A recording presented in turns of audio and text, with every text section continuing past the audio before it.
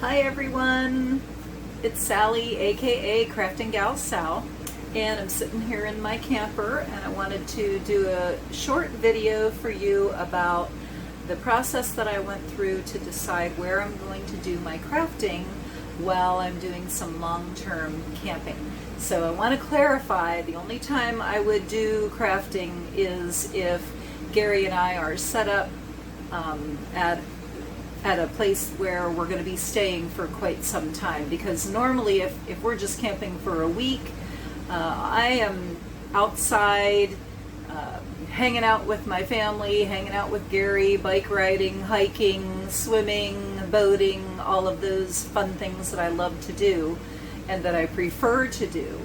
But if we're going to be someplace for a long time, more like living in an area, and we have a lot of downtime, or as in this case, we are actually parked at our daughter's house, and Gary is working around her house. So I'm just kind of here doing my own thing right now. So anyway, this is when I would be doing some crafting. So I'm going to turn the camera around and first show you a little bit about my camper, and then talk about the process, the thinking that I went through when I came to decide where and how I was going to do my crafting. So I'll be right back. So this is the welcome sign I have above my door in my camper. And so I'm going to step back. This is the front door as you would come in. And that closet right there is just a big linen closet, or, well, not linen, but utility. We keep brooms and a sweeper and things there.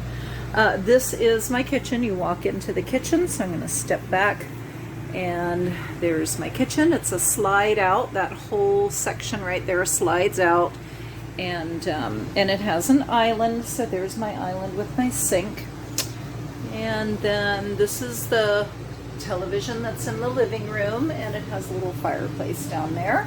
There's one of our dogs, Penny. She's relaxing. And across from the television is this area where we have our sofa and another dog. And just so you know, I don't really like the dogs to be on the furniture, so I always put a blanket, or in this case we've got beach towels I have sitting out so that they're not sitting directly on the furniture. This is also one big slide out area. So the couch and the kitchen dinette are on the slide. This folds down to make a full-size bed or double bed, and the same with the couch. It folds out into a bed. We have a little hallway down here, and this is the master bedroom, actually. So that's my bedroom. And then we have a bathroom. I'll go ahead and open the door just so you can see. Here's our bathroom, a little sink, and, you know, the bare necessities, and a shower. All right, sorry about all the movement. And so back into the main room, the main thing I was looking for when we were looking for campers was I wanted a separate bunk room, because we have grandchildren, we have adult children that we like to come camping with us. So this is the bunk room, and this bunk I have folded up right now because I was setting up my crafting area, and the bunk room also has this table, and it has the little fold out mattresses.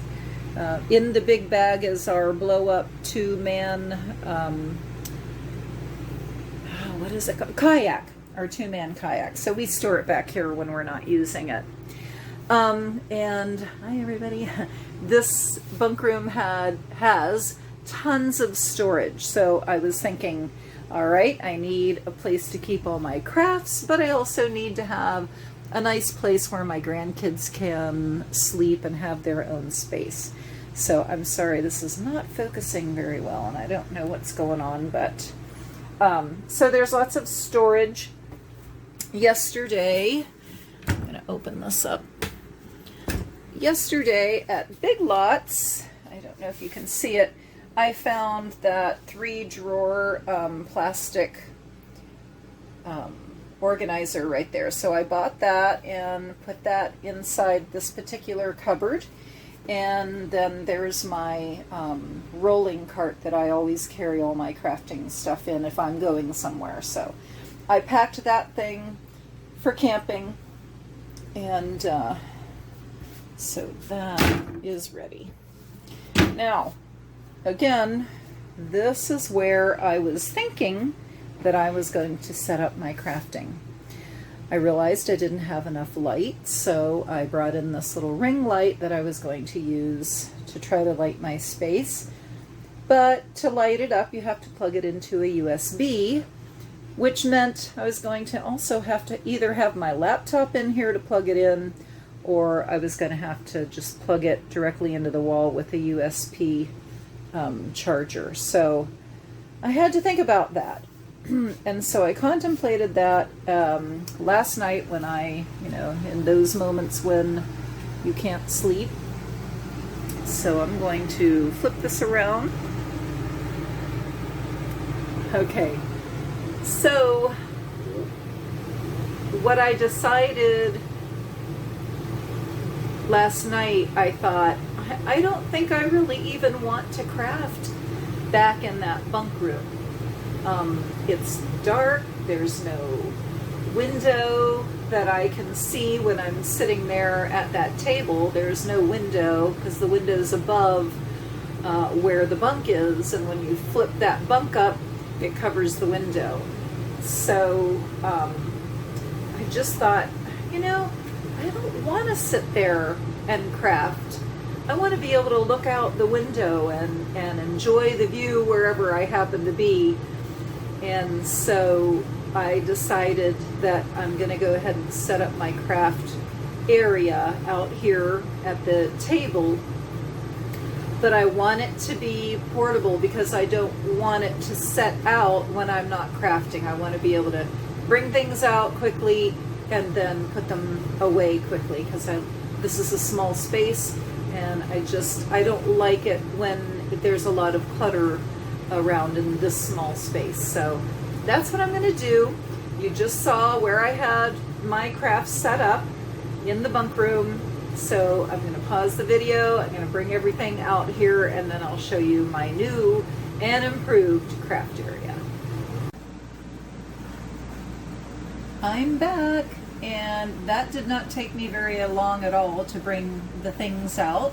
So now I'm going to show you kind of how I can have things set up so that I can start my crafting. And I bought these bins also at Big Lots, and I was trying to scratch that off the other night and I couldn't get it nicely, so I just left it on. But I think they were like maybe $4. So these nice big bins were only $4, and they seem pretty sturdy.